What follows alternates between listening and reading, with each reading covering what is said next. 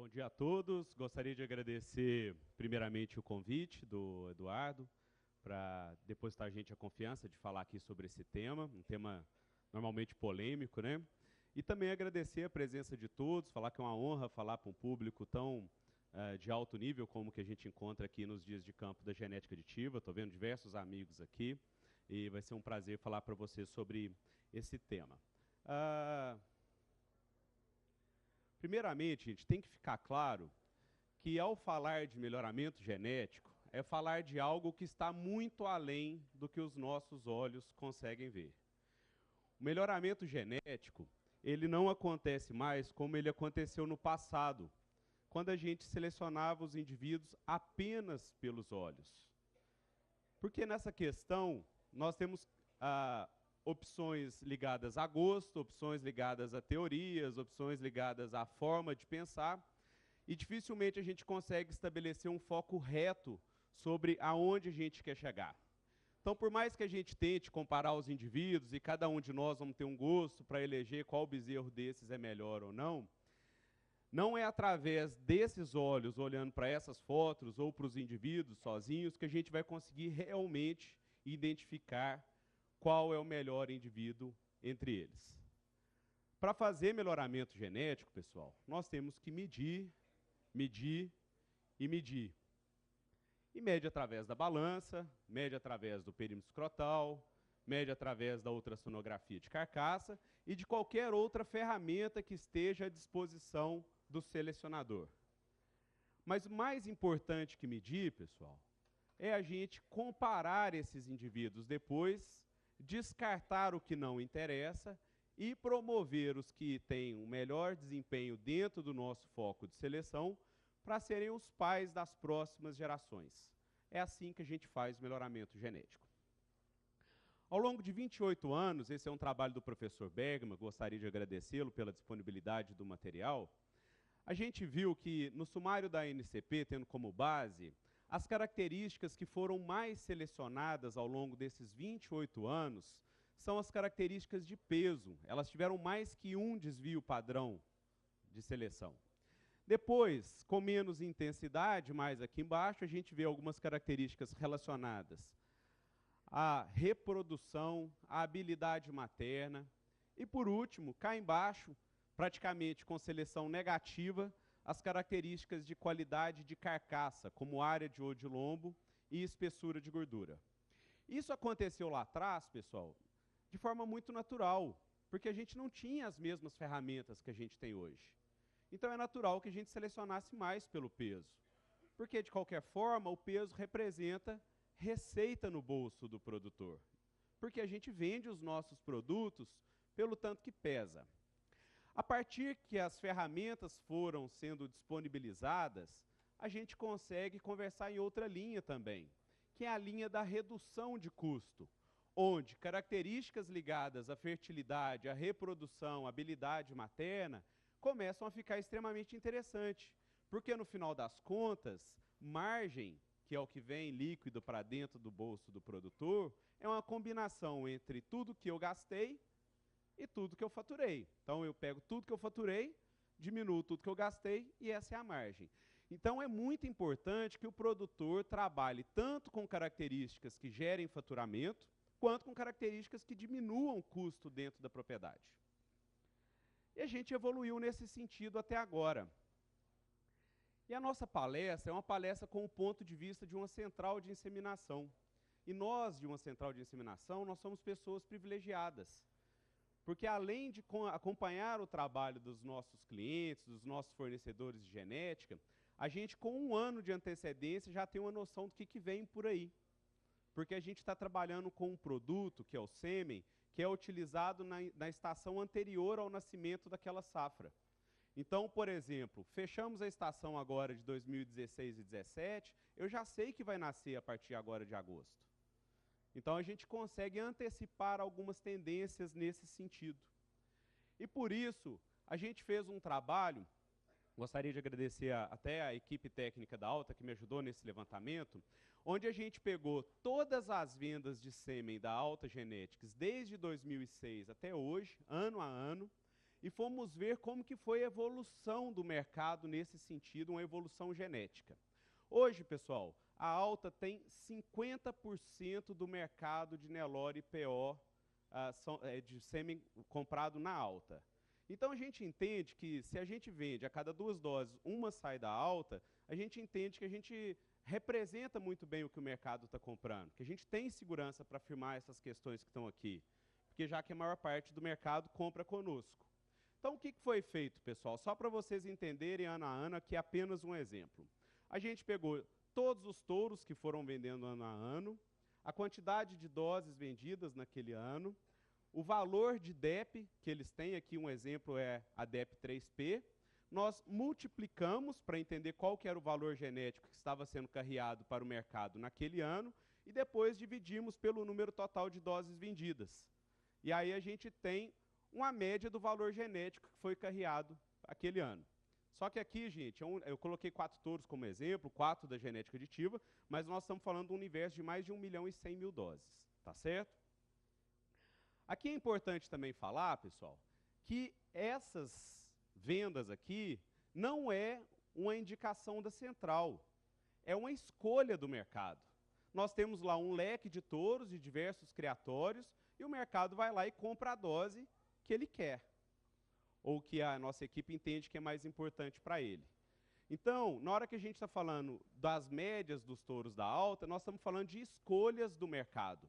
Por isso que esses números são muito interessantes, porque eles refletem as escolhas que o mercado está fazendo em torno do melhoramento genético. E aí agora a gente vai trabalhar num processo de comparação para a gente entender a evolução, e eu peço licença também para o GenePlus e para o PMGZ, e eu trabalhei com dados da INCP por causa de uma facilidade de acesso às tendências genéticas e o número de touros avaliados dentro desse sumário. Então a gente está comparando as doses compradas dos touros da Alta com as tendências genéticas das fazendas da NCP em preto e com as tendências genéticas das fazendas chamadas G2, que são fazendas especiais dentro da NCP. E aí a gente começa avaliando as características de crescimento.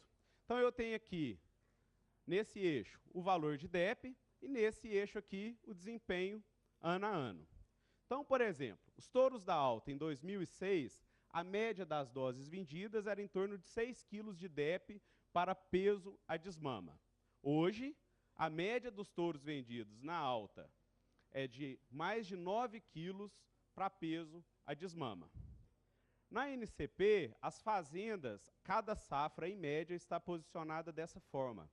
Então, a gente entende que, desde 2006, o mercado já buscava touros fortes para as características de peso.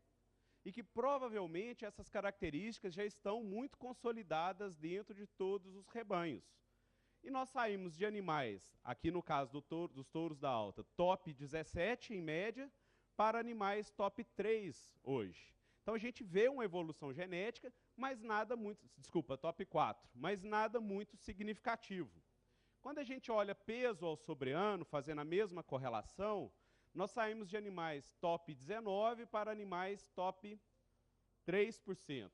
E uma distância das fazendas, das safras escolhidas pela NCP. Então mostra que já há bastante tempo essas características já vêm sendo eleitas como características mais interessantes pelo mercado. Mas quando a gente fala de características reprodutivas, a situação muda drasticamente. Então, para perímetro escrotal, pessoal, em 2006, a média dos touros era um top 60%. Hoje, top 5%.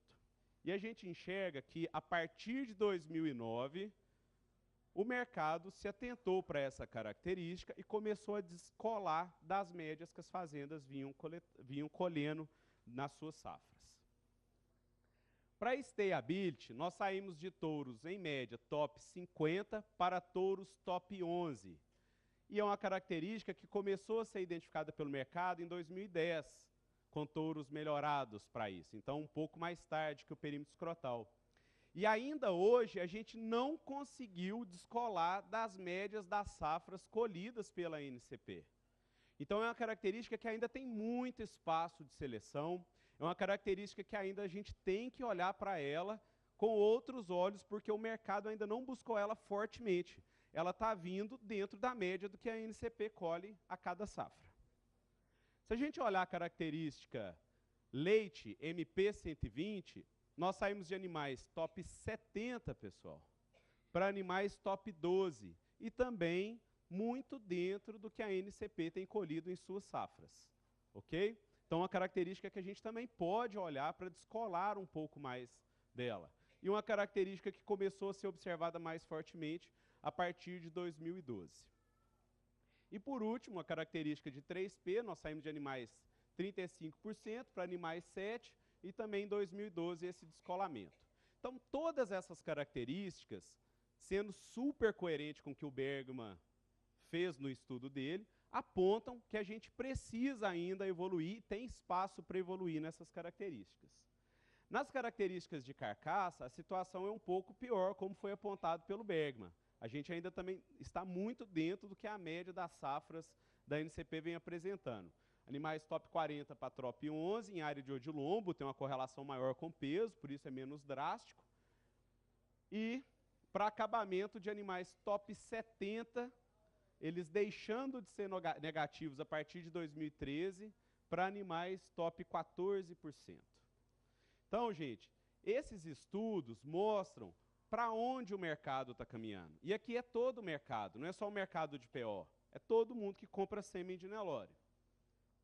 Então, quais são as primeiras conclusões? Que a gente, no passado, selecionou fortemente para peso, ninguém tem dúvida disso, e recentemente nós estamos acordando para características de reprodução e carcaça. E nós precisamos consolidar essas escolhas, assim como a genética aditiva faz há 20 anos com a questão da precocidade. Nós, por muito mais tempo, precisamos não só escolher touros maiores, com DEPs maiores para essas características, como também precisamos usar isso por bastante tempo para que a gente consolide essa informação. Então, nós sempre que formos pensar em evoluir essas características, nós temos que buscar a genética em rebanhos que selecionam isso por mais tempo e com foco de seleção mais direcionado, que são os rebanhos que a gente chama de rebanhos consolidados. E aí eu tive uma curiosidade de saber se o touro de 2016, que é a média de todos os touros da alta, né, das vendas da alta, se ele existia. Então, por exemplo, o touro hoje, ele é top 3 para MGTE, top 4 para peso a desmama, top 3 para peso ao sobreano, top 5 para perímetro escrotal ao ano, top 11 para stay, 7 para 3P, 12 para leite, 11 para área de odilombo e 14% para acabamento. Esse touro existe, porque como ele é uma média de diversos touros, ele tende a ser um animal mais equilibrado, e é um animal muito equilibrado aqui nesse caso. Então eu queria saber se ele existia.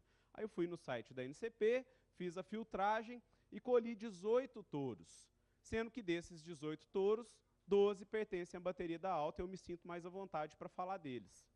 E a gente observa, pessoal, que a gente tem diversas opções de touros que podem ser utilizados sem prejuízo nenhum em nenhuma dessas características que foram observadas, porque todos tendem a ser melhoradores em cada uma delas. E uma questão que chama atenção é que dos 12, 9 estão aqui na genética aditiva, ou são cria, né, da genética aditiva.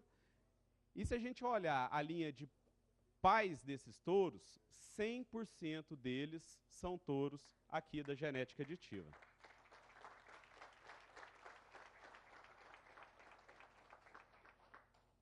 E o touro de 2006, pessoal? Que era um animal top 25 para MGTE, top 60 para perímetro, top 70 para acabamento, né? Ele existe ainda, ele vende. Como que é esse touro? Como que o mercado encara esse touro? Então, um touro MGTE top 25, ele tem um MGTE de 6,92 de índice, ok? E eu puxei as vendas da alta e observei que apenas 6% das nossas vendas são para animais piores que top 25.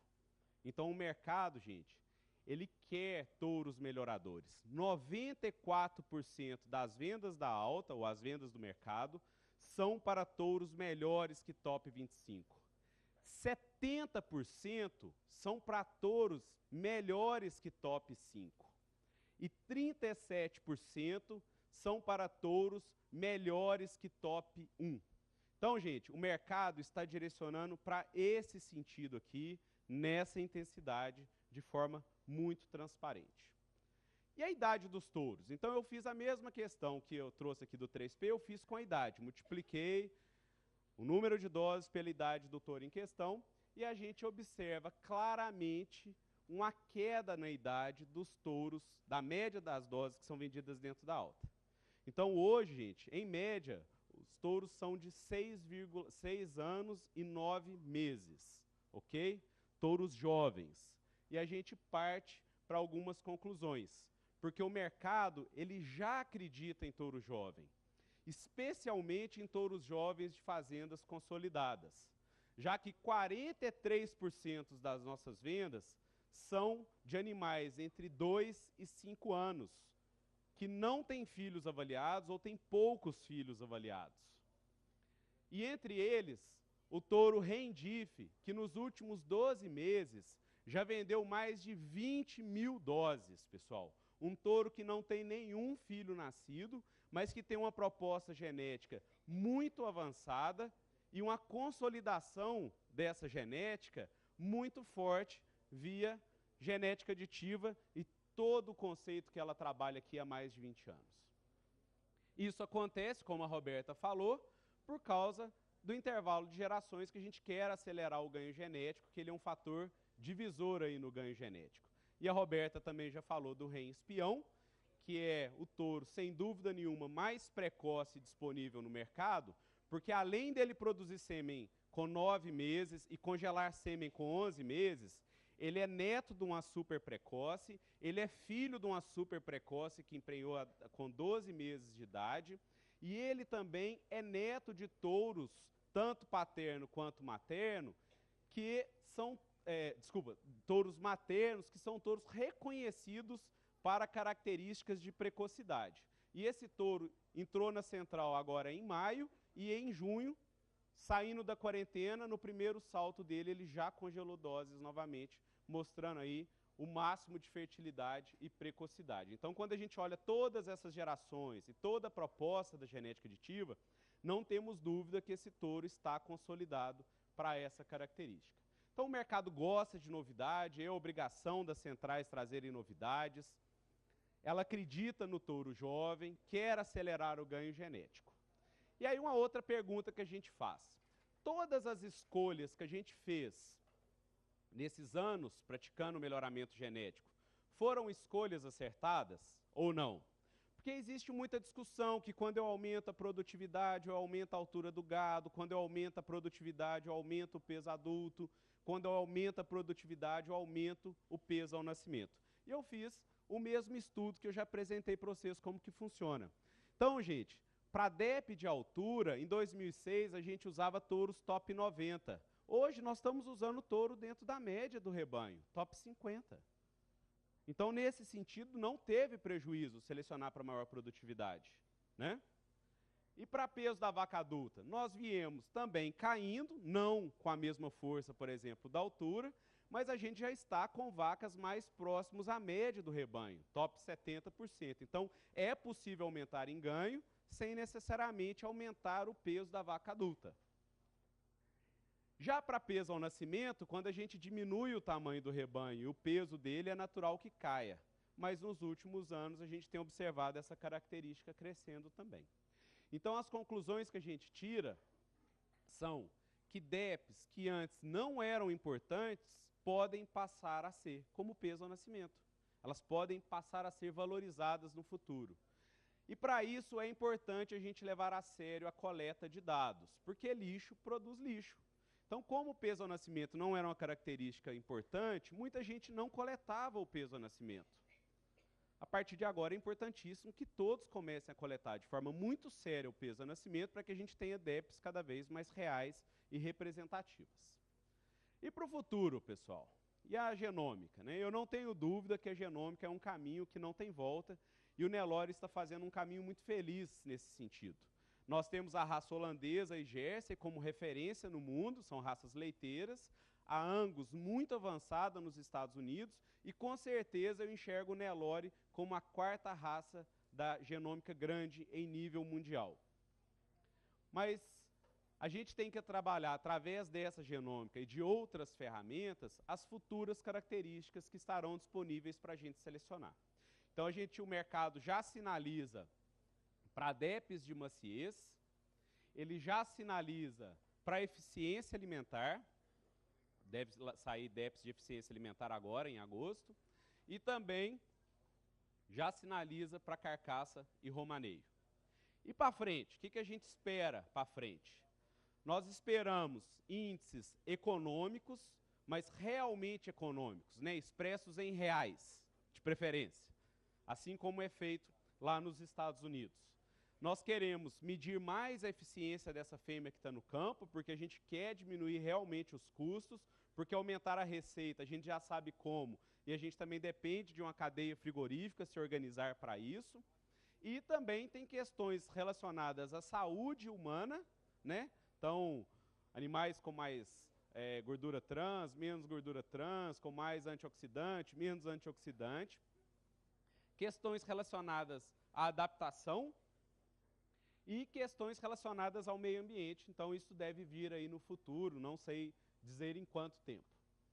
Então, as conclusões da última parte seria que ainda há um oceano de oportunidades para a gente explorar a raça Nelore.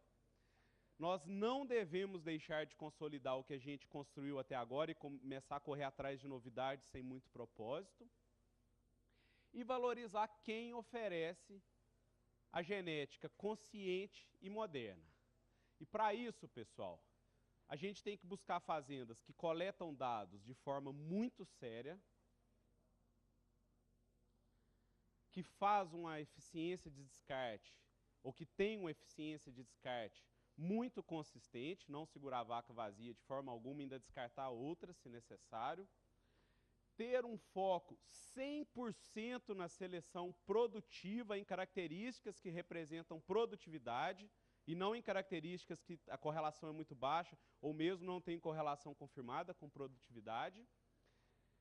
E essas características a gente encontra, sem sombra de dúvida, aqui na genética aditiva. Então eu agradeço, espero ter passado para vocês um pouco do cenário do mercado de melhoramento e para onde que ele deve caminhar, e estou aberto para qualquer dúvida, tá bom? Obrigado.